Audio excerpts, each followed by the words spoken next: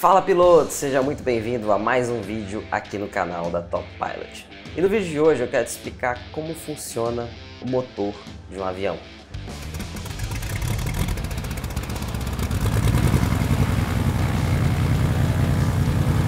O motor ele é o coração do avião, ele é essencial para permitir o voo da aeronave e também é uma das matérias que mais cai na prova da ANAC. Então, para que serve o motor? Qual que é a função do motor na aeronave? Como é que ele funciona? Todas essas perguntas vamos responder aqui no vídeo de hoje, então fica ligado. Mas antes de começar eu queria te convidar a seguir a nossa página lá no Instagram. Eu tô toda hora postando nos stories, eu tô abrindo também muita caixinha de pergunta, então é a sua chance de ter uma mentoria de graça. Então segue lá, é o @toppilotbr. Além disso, se você ainda não for inscrito aqui no canal, já se inscreve, deixe seu like e aperta o cinto que hoje o conteúdo vai ser massa.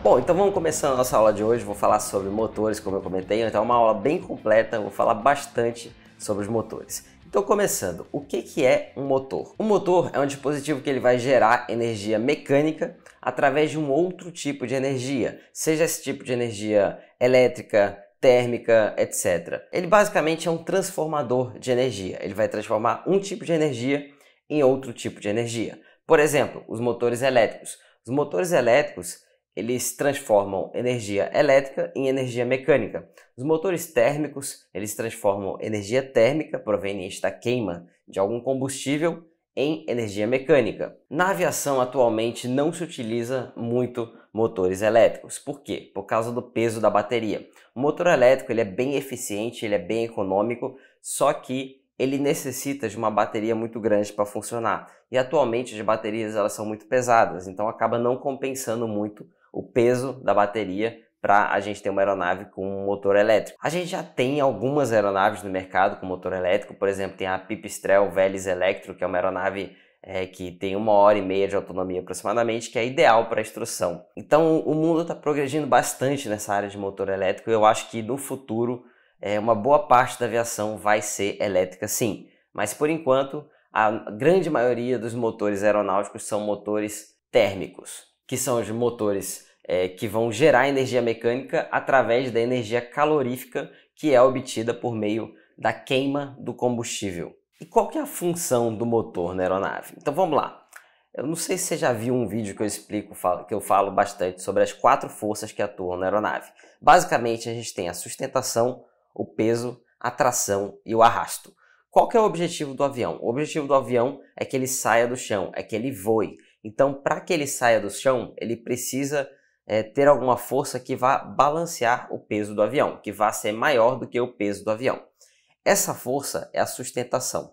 A sustentação ela é gerada quando o vento ele passa na asa, ele passa pela asa, e quando ele passa pela asa, existe uma reação aerodinâmica que gera a sustentação. Um dia eu faço um vídeo sobre isso também. E é a sustentação quem vai se contrapor ao peso da aeronave. Se a sustentação for maior do que o peso, a aeronave vai estar voando, vai estar conseguindo se manter voando no ar. Se o peso for maior do que a sustentação, basicamente a aeronave ela vai estar descendo. Agora, como eu falei, a sustentação ela é gerada pelo vento que passa sobre a asa. E de forma geral, quanto maior for o vento, quanto mais rápido for o vento que passar aqui nessa asa, mais sustentação essa asa ela vai estar gerando. Quanto mais rápido estiver a aeronave, de forma geral, tá simplificando, maior vai ser a sustentação gerada pela asa. E como é que a aeronave ela ganha velocidade? Através da tração. A tração é o que vai empurrar a aeronave para frente, é o que vai puxar a aeronave para frente. E como é que a tração ela é gerada?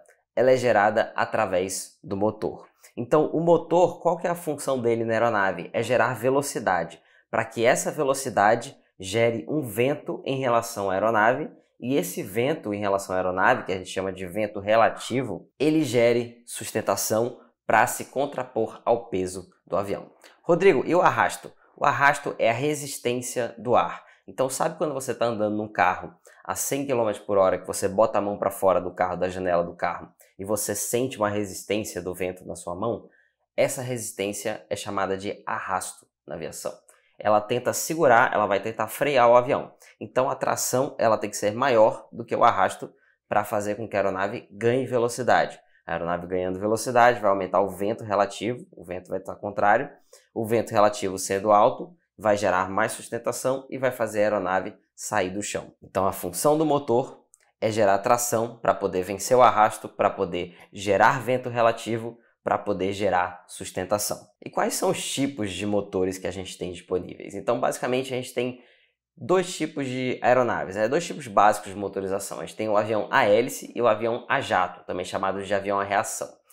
O avião a hélice, ele é aquele em que o motor ele não vai ser o responsável direto pela geração da tração. O motor ele vai fazer girar uma hélice e a hélice, por sua vez, é quem vai gerar a tração. A hélice ela vai meio que se apoiando no ar e vai empurrando o ar para trás e impulsionando a aeronave para frente.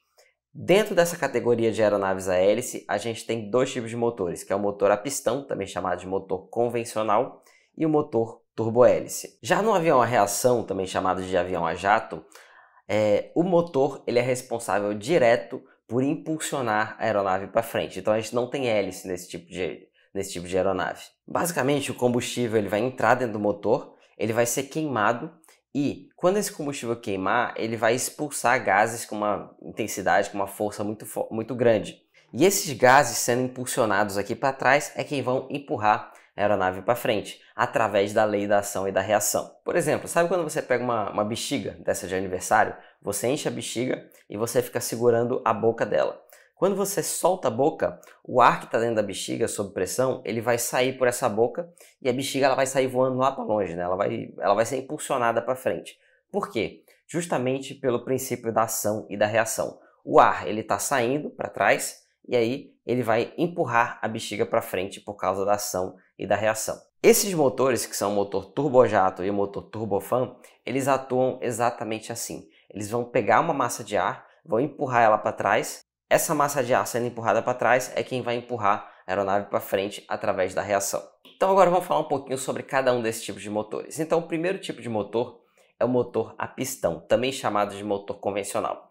Esse tipo de motor, ele é basicamente o motor utilizado no seu carro, por exemplo. Os carros eles utilizam esse tipo de motor, que é um motor a pistão. Ele é um motor que ele tem como característica uma boa confiabilidade, ele é muito confiável, ele é simples, ele é econômico e ele é leve. Por isso que ele é muito utilizado na aviação. Ele é utilizado em praticamente todas as aeronaves de baixa performance. Ele utiliza gasolina de aviação para poder funcionar, né, o motor aeronáutico. O custo de operação dele acaba sendo muito baixo, por isso que ele é utilizado em praticamente todas as aeronaves de instrução do mundo. Você começando a voar, você iniciando na carreira de piloto, com certeza absoluta, a primeira aeronave que você voar vai ser movida ao motor a pistão, também chamado de motor convencional. Segundo tipo de motor que a gente vai ver é o motor turbojato. O motor turbojato ele tem a sua força de propulsão unicamente obtida por meio da queima dos gases. Então como é que funciona? O ar ele vai entrar, o ar externo ele vai ser comprimido, vai ser bem comprimido mesmo, tem umas aletazinhas aqui que vão comprimir o ar, e aí ele vem aqui para a câmara de combustão. Nessa câmara de combustão ele é misturado com combustível, então o que queima na verdade não é só o combustível, é uma mistura do ar com o combustível. Junta esses dois e aí produz uma faísca. No que você produz uma faísca, você vai ter uma explosão aqui dentro da câmara de combustão. Essa explosão ela vai gerar uma expansão dos gases, né? Então essa mistura de ar com combustível, ela vai se expandir e vai liberar gases. E esses gases é o que vão ser direcionados para a parte traseira do motor e é o que vão empurrar a aeronave para frente. A energia desses gases é bem forte e aí vai empurrar a aeronave para frente. Esse tipo de motor ele ainda permite o chamado de pós-combustão, que é o afterburner, que é quando você injeta aqui, depois que você teve a combustão, no final aqui do escapamento você ainda injeta combustível puro, que aí você ainda vai ganhar mais energia, vai ganhar uma potência enorme, só que o gasto de combustível também é enorme. Esse tipo de motor, o motor a jato, turbojato, ele gasta muito combustível. Ele consegue fazer a aeronave chegar a velocidades elevadíssimas, velocidades supersônicas, maior do que a velocidade do som. Só que ele gasta muito combustível, é extremamente barulhento por isso que ele não é tão utilizado na aviação comercial. Ele é mais utilizado em aeronaves de caça, por exemplo, F-5, F-15 utilizam motores turbojato. Já o Boeing 707, também as aeronaves comerciais mais antigas, também utilizavam motor turbojato. Depois do turbojato foi desenvolvido o turbofan, que é basicamente uma versão mais eficiente do turbojato, que eu vou explicar já já. Então, aqui uma animaçãozinha para você ver como é que funciona o motor turbojato. Basicamente, o ar ele vai entrar, no que ele entra, ele é comprimido aqui, é jogado para a câmara de combustão, onde ele é misturado com combustível. Aqui ele vai ser misturado com combustível, vai ser queimado e vai ser jogado para trás. No que ele é jogado para trás, ele vai impulsionar a aeronave para frente. Agora vamos falar sobre o motor turbofan. O motor turbofan ele é basicamente um motor turbojato, só que ele vai ter um grande fan na gente, um grande ventilador, é como se fosse uma grande hélice na frente. E aí desse ar que vem do lado de fora, cerca de 90% vai passar do lado de fora do motor, ele vai passar por fora aqui. E apenas cerca de 10% vai passar por dentro do motor turbojato. Ele tem o turbojato, então 90% basicamente passa por fora do motor, ele entra pelo fan, mas passa pelo lado de fora, e uns 10% do ar ele realmente entra lá dentro daquele mini turbojato que tem aqui dentro. Esse motorzinho aqui dentro ele vai funcionar igual um turbojato, a diferença é que o gás do escapamento dele vai fazer girar umas aletas, e essas aletas estão conectadas nesse fan aqui da frente. Então, ele basicamente, o motorzinho turbojato que tem, ele vai servir para girar o fan. E esse fan girando é quem vai gerar a tração, que vai empurrar a aeronave para frente. Então, cerca de 90% da potência gerada por esse motor é gerada pelo fan, ou seja, pelo ar que passa por fora do motor, e apenas 10% é gerado pelo escapamento dos gases aqui de dentro. Esse tipo de motor ele tem como característica ser muito mais eficiente do que o motor turbojato puro. Então ele é muito mais assim, ele faz render mais o combustível. Então ele é muito mais economicamente barato, né? É por isso que ele é largamente utilizado na aviação comercial. Aeronaves de alta performance comerciais.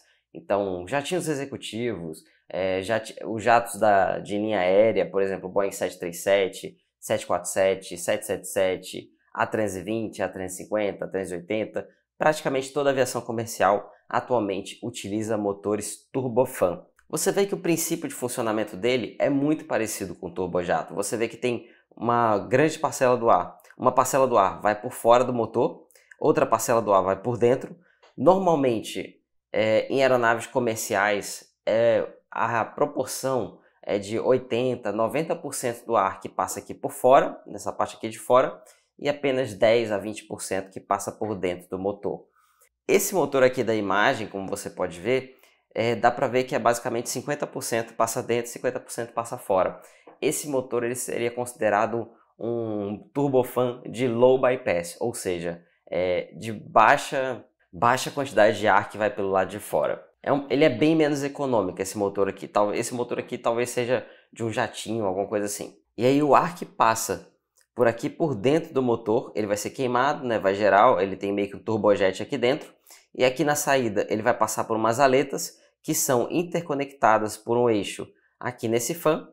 O fan ele vai girar e ele, por sua vez, girando, é quem vai gerar a potência que vai fazer a aeronave ser impulsionada para frente. Por fim, temos o motor turbohélice. O motor turbohélice ele é meio que uma mistura de um motor turbojato, né, de uma turbina, com um motor a hélice. Então o que ele vai fazer? Ele vai ter um mini turbojato aqui dentro dele, vai ter um motor que funciona basicamente igual a um turbojato, só que esse motor turbojato, a exaustão dos gases, né, os gases que vão ser queimados, que vão ser gerados pela combustão lá daquele turbojato, eles vão servir para girar umas turbinas de potência. E essa turbina de potência ela é interconectada por um eixo com uma hélice. Então, o escapamento dos gases desse turbojet, que fica dentro do turbohélice, é quem vai fazer girar a hélice. E a hélice, por sua vez, vai impulsionar a aeronave para frente. Esse motor, ele normalmente é utilizado em aeronaves de média performance. Então, por exemplo, o A-29,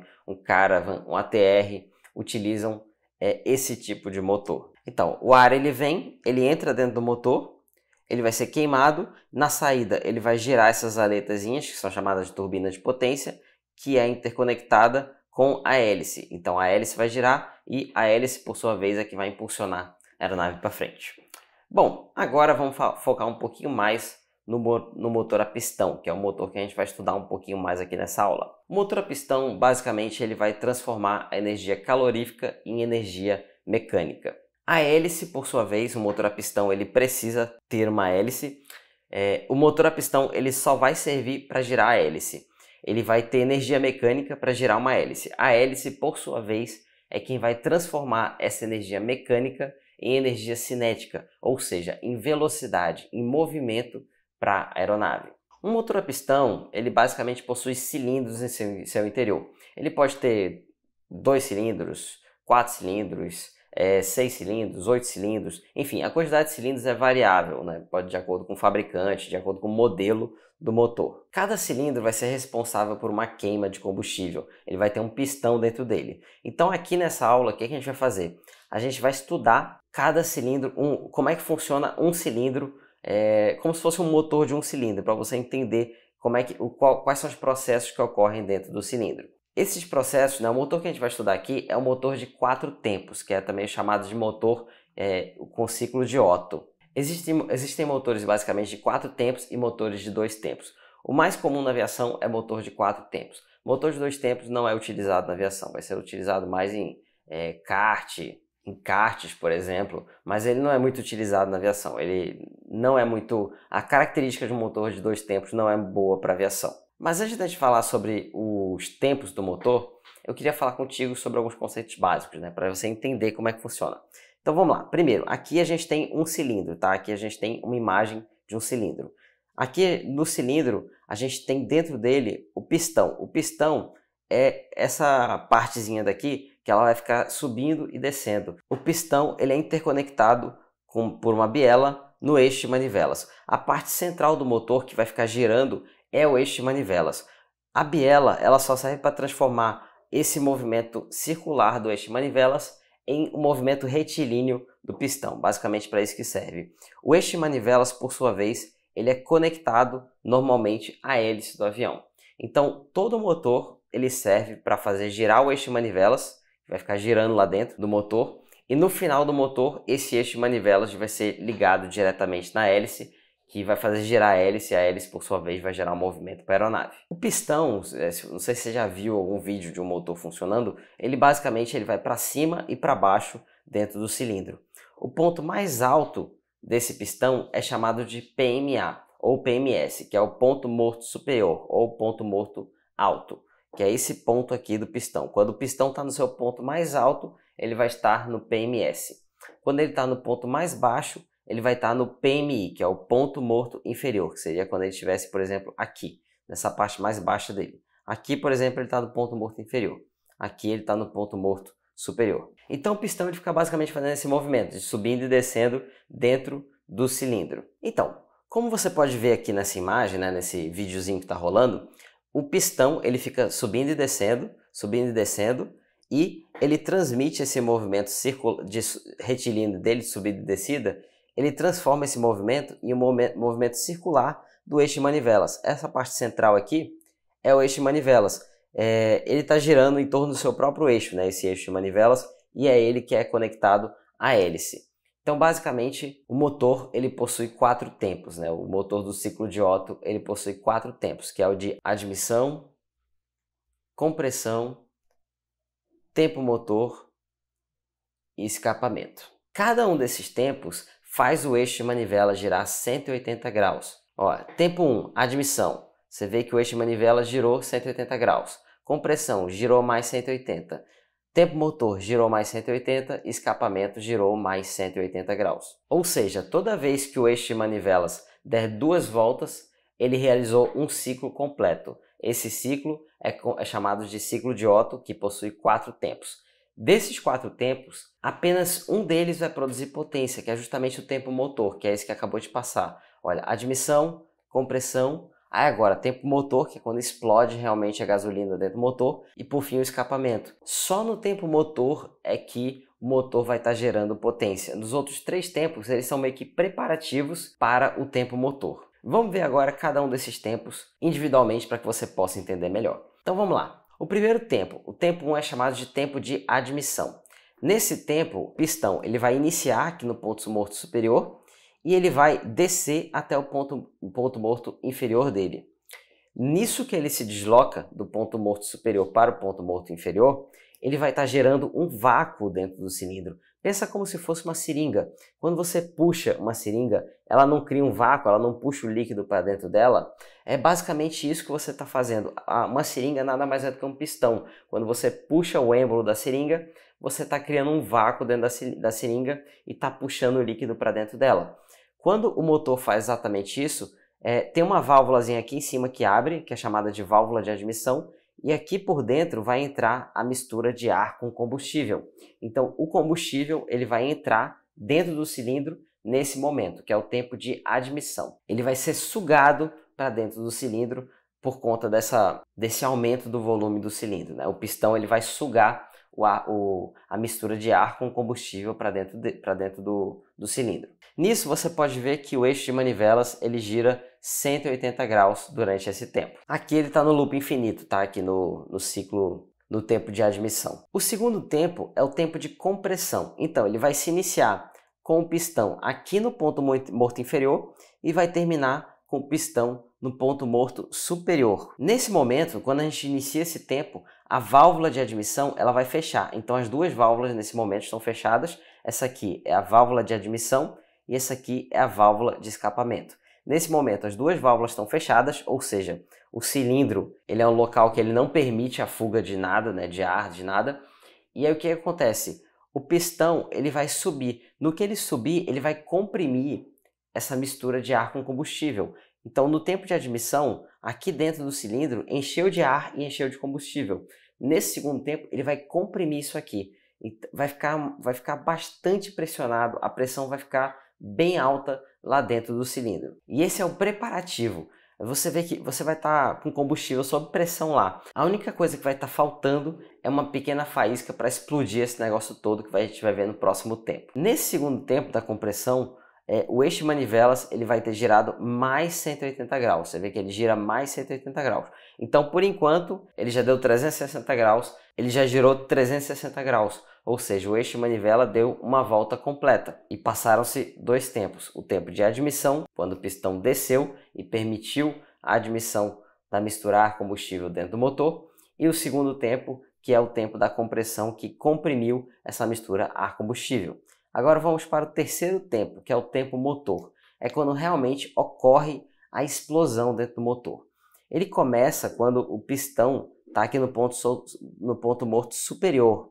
Então, quando aquela mistura ar-combustível está bem pressionada, a pressão daquilo está muito forte, esse cidadãozinho aqui, que é a vela, dá uma pequena faísca, uma pequena centelha. E essa centelha vai produzir o calor necessário para começar a queimar essa mistura de ar com combustível. Então, isso aqui vai começar a ser queimado. Aquele ar, aquele combustível que estava dentro, pressionado sob extrema pressão, vai ser queimado. Nisso que ele for queimado, ele vai expandir abruptamente, né? Vai ter uma pressão dos gases. É uma explosão que está acontecendo aqui dentro. Você já viu uma bomba, já viu no filme uma bomba? Quando uma bomba explode, tudo que está perto sai voando, né? Por quê? Por causa da pressão dos gases. Os gases eles vão ser queimados e eles vão se expandir de uma forma muito absurda.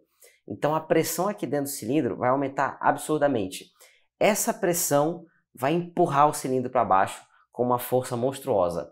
E é nesse momento em que ele empurra o cilindro para baixo que ele vai fazer girar aqui o eixo de manivelas. E é nesse momento em que o motor está gerando potência. Nos 2 primeiros tempos que a gente viu, o motor está aproveitando a inércia dele, basicamente, a energia que ele já tem para fazer a admissão, para fazer a compressão. No momento em que ocorre o tempo motor, é o momento em que o combustível está gerando uma energia para o motor, dando impulso ao eixo de manivelas. Nesse tempo, o eixo de manivelas vai ter girado mais 180 graus, no total de 540 graus, ou seja, deu uma volta e meia por enquanto. E por fim temos o último tempo, que é o tempo do escapamento. Então vamos lá, a gente acabou de queimar o combustível e o ar, né? Então Essa mistura, né, esses gases que foram resultado dessa queima, esse gás não é mais combustível, ele não consegue entrar em combustão novamente. Então ele vai precisar ser expulso do cilindro. Para quê? Para que depois que ele saia do cilindro, a gente possa novamente ir para o tempo de admissão para admitir mais combustível, comprimir esse combustível, queimar o combustível. Aí ele vai virar um gás que já entregou toda a energia que tinha que dar. Então ele é inútil lá dentro do motor e aí por isso que a gente tem o tempo de escapamento. Nesse tempo de escapamento, essa válvula, que é a válvula de escapamento, ela vai abrir e aí o pistão vai empurrar todos os gases aqui para fora do cilindro, vai deixar o cilindro vazio novamente para poder receber mais combustível. Esse último tempo ele começa com o pistão no ponto morto inferior e termina com o pistão no ponto morto superior, expulsando os gases de dentro do cilindro. A partir daqui, nesse tempo, o eixo de manivelas vai ter girado mais 180 graus, totalizando 2 voltas, encerrando assim o ciclo de Otto. Então, como é que funciona na prática? Na prática, funciona da seguinte forma. Você não vai ter um único cilindro dentro do motor. Por exemplo, esse motor aqui, você vê que ele tem 4 cilindros. Aqui a gente tem na parte central dele, o eixo de manivelas. Aqui é uma visão lateral, tá? Um corte lateral aqui do motor. O eixo de manivelas, você vê que ele está ligado a todos os cilindros, a todos os pistões, né? Então, basicamente, a gente tem 4 cilindros aqui nesse motor. Aqui, ó. 1, 2, 3 e 4. Cada um desses é um cilindro. E você pode ver que cada um desses cilindros ele está em um tempo diferente. Por exemplo, um dos cilindros está no tempo de combustão, que é o tempo motor. Outro cilindro está no tempo de admissão, enquanto que o outro está no escapamento, o outro está na compressão. Para quê? Dessa forma você vê que sempre tem algum cilindro no tempo motor, ou seja, sempre vai ter um cilindro produzindo potência. Os outros 3 eles estão preparando para produzir potência. Um deles vai estar no tempo de admissão, o outro vai estar no tempo de compressão e o outro vai estar no tempo de escapamento. Então 3 estão sugando a potência do motor, né, uma parte da potência do motor, para poder comprimir e admitir a mistura. E o cilindro que está no tempo motor, ele está gerando potência para o motor da aeronave. E aí você vê aqui que no final do eixo de manivelas, por exemplo, a gente tem esse discozinho aqui, que poderia ser facilmente uma hélice. Digamos que aqui tem uma hélice. Então esse motor ele vai estar girando essa hélice. Cada pistão vai estar ligado no eixo de manivelas, que por sua vez vai estar ligado na hélice, e a hélice vai estar gerando tração, que vai estar impulsionando a aeronave para frente. E é basicamente assim que funciona um motor. Expliquei aqui de uma forma bem simplificada o funcionamento do motor, mas o conhecimento que um piloto ele tem que ter do motor é muito maior do que esse, tá? O motor é um dos componentes fundamentais da aeronave e não é à toa que é um dos assuntos mais cobrados na prova da ANAC. A aula de hoje ela abordou vários assuntos cobrados na prova da ANAC, mais especificamente sobre a matéria de conhecimentos técnicos de aeronave. Essa aula ela foi meio que um resumo sobre o funcionamento do motor, tá bem resumido mesmo, tá? O piloto ele precisa saber em mais detalhes como que é o funcionamento do motor. Ele precisa também saber não só o funcionamento do motor, mas ele precisa saber também em detalhes quais são os componentes do motor, qual que é a função de cada um desses componentes e também quais são os aspectos que influenciam na performance de um motor. E se você realmente quer ser um piloto, você vai precisar saber de tudo isso. E para aprender tudo isso, eu recomendo que você se inscreva no Projeto Voando Solo. O Projeto Voando Solo é um curso completo da Top Pilot que te guia por toda a jornada que você precisa seguir para poder sair do zero e se tornar um piloto. E isso, é claro, inclui as 5 matérias que caem na prova da ANAC. Normalmente a gente abre as inscrições para o Projeto Voando Solo por turmas. Então, para saber se existe uma turma aberta nesse momento, eu vou deixar o link aqui embaixo na descrição para que você veja se tem uma turma aberta ou não. Espero que você tenha gostado da aula de hoje. Lembre-se de curtir, deixar seu comentário aqui embaixo e me conta o que você achou desse vídeo, que eu vou adorar saber a sua opinião sobre essa aula. Um grande abraço e até mais!